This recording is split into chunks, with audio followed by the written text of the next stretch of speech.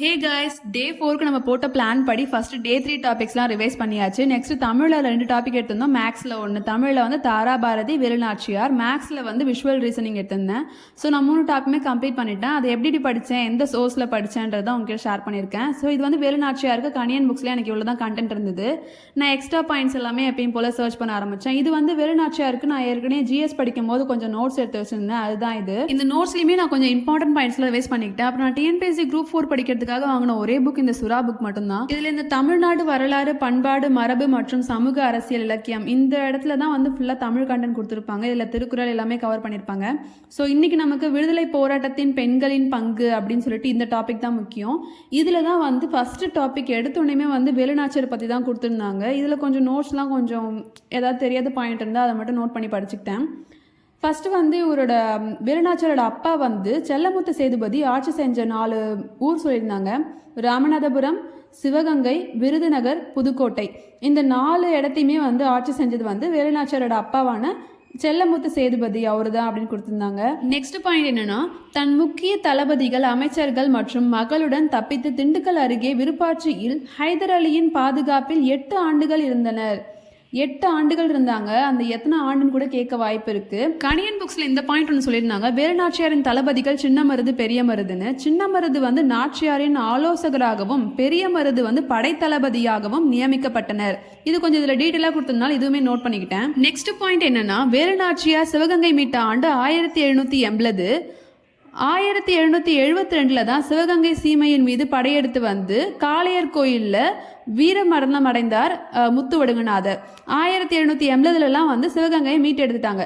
மறுபடியுமே 1783 ஆங்கிலேயர்கள் சிவகங்கையை படையெடுத்தும் போது மருது சகோதரர்கள் அவர்களை தோக்கெடுத்தனர். இந்த பாயிண்ட்மே இதில் கொடுத்துருந்தாங்க. இதுவுமே நோட் பண்ணிக்கிட்டேன். வேலுநாச்சியாரின் மரணம் இயற்கை கிடையாது, நோயுற்று மரணம் அடைந்தார். இந்த பேன்ஜோர் அப்படின்றவங்க தான் முத்துவடுகநாதரை கொன்றவங்க. வேலுநாச்சியாருக்கும் முத்துவடுகருக்கும் ஒரு பெண் குழந்தை பிறந்திருக்கும். அந்த குழந்தை பேர் தான் வெள்ளச்சி நாச்சியார். இந்த பாயிண்ட் டிஎன்பிசில நிறைய தடவை ரிப்பீட் ஆகிட்டே இருக்கு.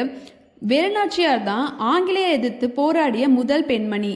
இதே பாயிண்ட் தான் கவர்மெண்ட் மெயிலே கொடுத்துருந்தாங்க. அண்ட் இதே பாயிண்ட் வச்சு தான் கொஸ்டினும் நிறைய வந்திருக்குது. பொருத்தமான தொடரை தேர்க. இதுல வேலுநாச்சியார் என்பவர் ஆங்கிலேயரை எதிர்த்து முதல் தமிழ் பெண்.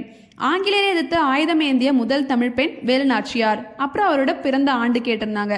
எனக்கு டேட் மென்ஷன் பண்ணாததுனால நான் டேட்மே எழுதிக்கிட்டேன். நெக்ஸ்ட், வேலுநாச்சியாருக்கும் முத்துவடுகருக்கும் எந்த ஆண்டுல திருமணம் நடந்ததுன்னா 1746 தான் திருமணம் நடந்திருக்கும். இந்த பாயிண்ட் நிச்சயமா நிறைய பேர் தெரிஞ்சிருக்காது. சின்ன மருதுன்றவங்க தான் சிவகங்கை சிங்கம்னு அழைக்கப்படுறாங்க. அதுவுமே புதுசா இருந்ததுனால நான் நோட் பண்ணி வச்சுக்கிட்டேன். நெக்ஸ்ட் பாயிண்ட் என்னன்னா, வேலுநாச்சியாருக்கு 8 ஆண்டுகள் அடைக்கலம் கொடுத்தது யாருன்னா திண்டுக்கல் கோபால நாயக்கர் தான் அடைக்கலம் கொடுத்திருப்பாரு. சிவகங்கையின் மீட்புக்கு காரணம் வேலுநாச்சியாரின் வீரம், மருது சகோதரர்களின் ஆற்றல், குயிலியின் தியாகம், ஹைதர் அலியின் உதவி. இந்தியாவின் முதல் விடுதலை போராட்ட வீராங்கனை யாருன்னா அதுவுமே வேலுநாச்சியார் தான். தமிழக அரசு வேலுநாச்சியாருக்காக மணிமண்டபம் அமைச்சிருக்காங்க. எந்த இடத்துல அப்படின்னா சிவகங்கையில இருக்கிற சூரக்குளம்.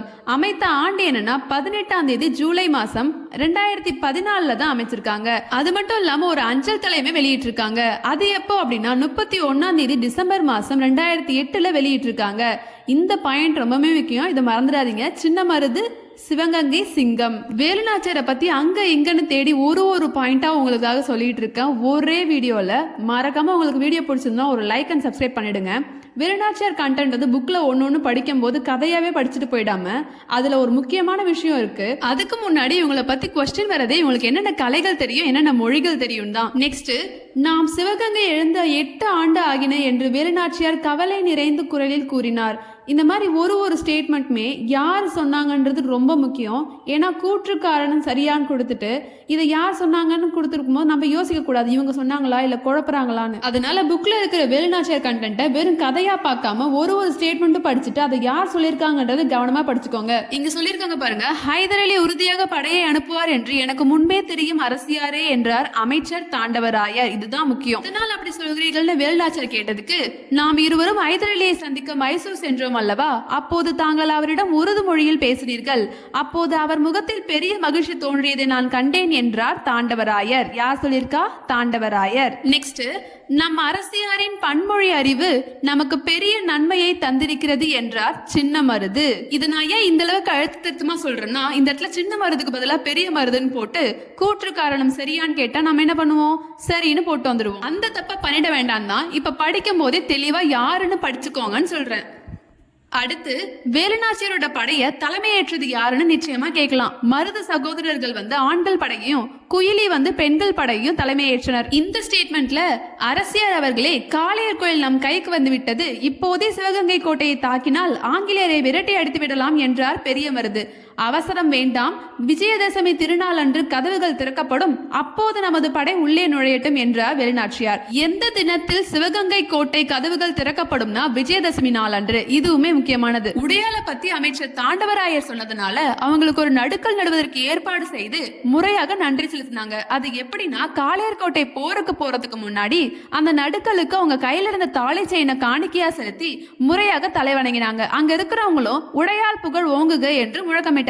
இந்த மாதிரி ஃபர்ஸ்ட் புக்ல இருக்கிற கண்டென்ட் ஒரு லைன் விடாம படிச்சுட்டு அதுக்கப்புறம் யூடியூப், டெலிகிராம்னு அவுட் சோர்ஸ் எல்லாமே தேடி படிச்சுட்டு நெக்ஸ்ட் டாபிக் போலான்னு சொல்லிட்டு தாராபாரதி படிக்க ஆரம்பிச்சிட்டேன். தாராபாரதிக்கு கணியன்ல எனக்கு கொடுத்த பாயிண்ட், ஃபர்ஸ்ட் அவரோட இயற்பெயர் பெற்றோர் கொடுத்திருந்தாங்க.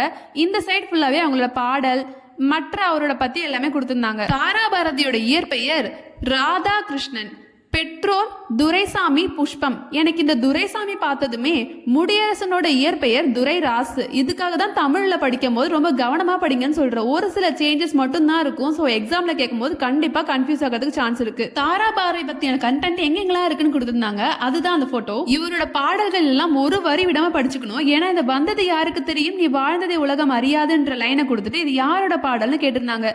அதே மாதிரி இவர் எழுச்சி மிக்க கவிதைகளை எழுதுவது வல்லவர். இந்த பாயிண்ட்மே எனக்கு புதுசா நான் எழுதி வச்சுக்கிட்டேன். இவரோட விருதுல நல்லாசிரியருக்கான டாக்டர் ராதாகிருஷ்ணன் விருதுன்னு பார்க்கும்போது இவரு பேர்ல விருது கொடுத்தாங்களா இல்ல இவருக்கு விருது கொடுத்தாங்களான்னு எனக்கு சந்தேகமா இருந்தது. இங்கதான் ஆசிரியராக பணியாற்றியவர் தமிழக அரசின் நல்லாசிரியர் விருது பெற்றார்னு கொடுத்திருந்தாங்க. இவரோட பாடல் ஒண்ணு 6th ஸ்டாண்டர்ட் 3rd டேர்ம் புக்ல பேஜ் நம்பர் 2ல பாரதம் அன்றைய நாற்றங்கால்ன்ற தலைப்புல கொடுத்திருப்பாங்க. இந்த மாதிரி பாடல்கள்லாம் மனப்பாடம் பண்றதுக்கு ஒரு ட்ரிக்ஸ் ஒன்று சொல்லியிருந்தாங்க. எந்த லைன் நம்ம படிச்சாலுமே ரெண்டு லைனா படிச்சுட்டு அந்த பாடலோட ஆசிரியர் பெயரையும் நம்ம சொல்லும் போது நமக்கு அது ஃப்ளோவா அந்த பாடலோடைய அதுவும் மனப்பாடம் ஆயிடும். எல்லா பாடலுக்குமே நூல்வெளி ரொம்ப முக்கியம். இதுல இவரோட நூல்கள் எல்லாமே கொடுத்திருந்தாங்க. புதிய விடியல்கள், இது எங்கள் கிழக்கு, விரல் நுனி வெளிச்சம், இது எல்லாமே கொடுத்திருந்தாங்க. இங்க பூமியை திறக்கும் பெண்சாவி, இன்னொரு சிகரம், இதுவுமே கொடுத்திருந்தாங்க.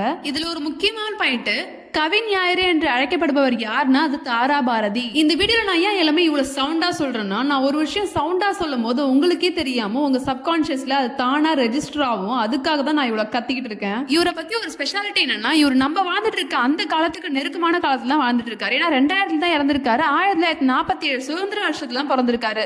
இந்த வேலைகள் அல்ல வேள்விகளே, இதுவும் அவரோட பாட்டு தான். இந்த பாடலுமே எல்லா வரிகளும் ரொம்ப முக்கியம். ஏன்னா இந்த வெறுங்கை என்பது மூடத்தனம், உன் விரல்கள் 10 மூலத்தனம், இந்த வரிகள் கொடுத்துட்டு யாரோடதுன்னு கேட்டிருந்தாங்க ப்ரீவியஸ் இயர் கொஸ்டின்ல. ப்ரீவியஸ் இயர் கொஸ்டின் பார்த்தாலே தெரியும் இவரோட வரிகளை கொடுத்துட்டு யாரோடதுன்னு தான் மோஸ்ட்லி கேட்கறாங்க. சோ இவரோட லைன் எல்லாமே படிச்சுக்கோங்க. நெக்ஸ்ட், எந்த இணை சரி அப்படின்ற கேள்வியில தாராபாரதின்னு கொடுத்துட்டு இது எங்கள் கிழக்குன்னு கொடுத்தாங்க. இது இவரோட நூல் தான், கரெக்ட். என்கிட்ட தமிழ் ஓல்டு புக்ஸ் இல்லாதனால இந்த பாடெல்லாம் நான் எழுதி வச்சுக்கிட்டேன். இதெல்லாம் முடிச்சுட்டு விஷுவல் ரீசனிங் படிக்கலாம்னு வந்தேன். இதுவுமே நான் சுறா புக்ல தான் பாக்குறேன். நான் ஆல்ரெடி பார்த்துட்டு இருந்த பிடிஎஃப்ல வேரியபிள்ஸ் எல்லாம் கொஞ்சம் கண்ணாப்பெண்ணான்றதுனால ஒண்ணுமே புரியல. அதனால இந்த டாபிக்லாம் நான் இதுல படிச்சுட்டு இருக்கேன்.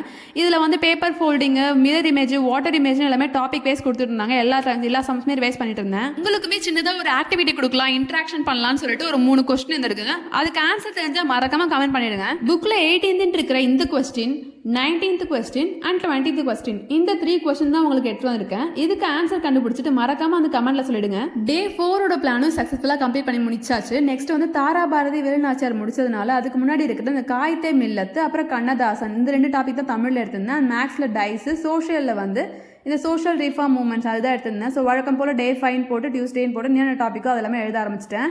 நம்ம வீடியோஸ் நிறைய பேர் பார்க்குறீங்க. ஸோ நம்மளோட வீடியோஸ் நிறைய பேர் பார்க்குறீங்க, ஃபுல்லாக பார்க்குறீங்க. ஆனால் ஒரு லைக் அண்ட் சப்ஸ்கிரைப் பண்ணால் எனக்கு ரொம்ப சந்தோஷமாக இருக்கும் நெக்ஸ்ட் வீடியோ எடுக்கும்போது. சில பேர் கமெண்ட்ஸ்ல கேட்டிருந்தீங்க டெய்லி டாஸ்க் நல்லா இருக்கு, பட் அதே மாதிரி ஒரு வீக்லி டெஸ்ட் இருந்தால் நல்லா இருக்கும்னு சொல்லிட்டு நானுமே ரெடி பண்ணலாம் தான் இருக்கேன். ஒரு லைவ் மாரி கொண்டு போகலான்னு இருக்கேன். எத்தனை பேருக்கு இதில் இன்ட்ரெஸ்ட் இருக்குன்னு சொல்லிட்டு கமெண்ட்ல எஸ்ன்னு சொல்லுங்க அண்ட் லைக் பண்ணிடுங்க. ஒரு 50 லைக் ஆர் 50 கமெண்ட் வந்தாலே போதும், நான் கண்டிப்பா லைவ் ரெடி பண்ணிடுறேன். லைவ் ஒரு 1 மணி நேரம் போல ஆஃப்டர்நூன் டைம்ல இருக்கும். நான் அதுக்கு முன்னாடி என்னென்ன மெட்டீரியல்லாம் தேவையோ ரெடி பண்ணி வச்சிடுறேன். So thank you. கண்டிப்பா நீங்க கமெண்ட் பண்ணுங்க.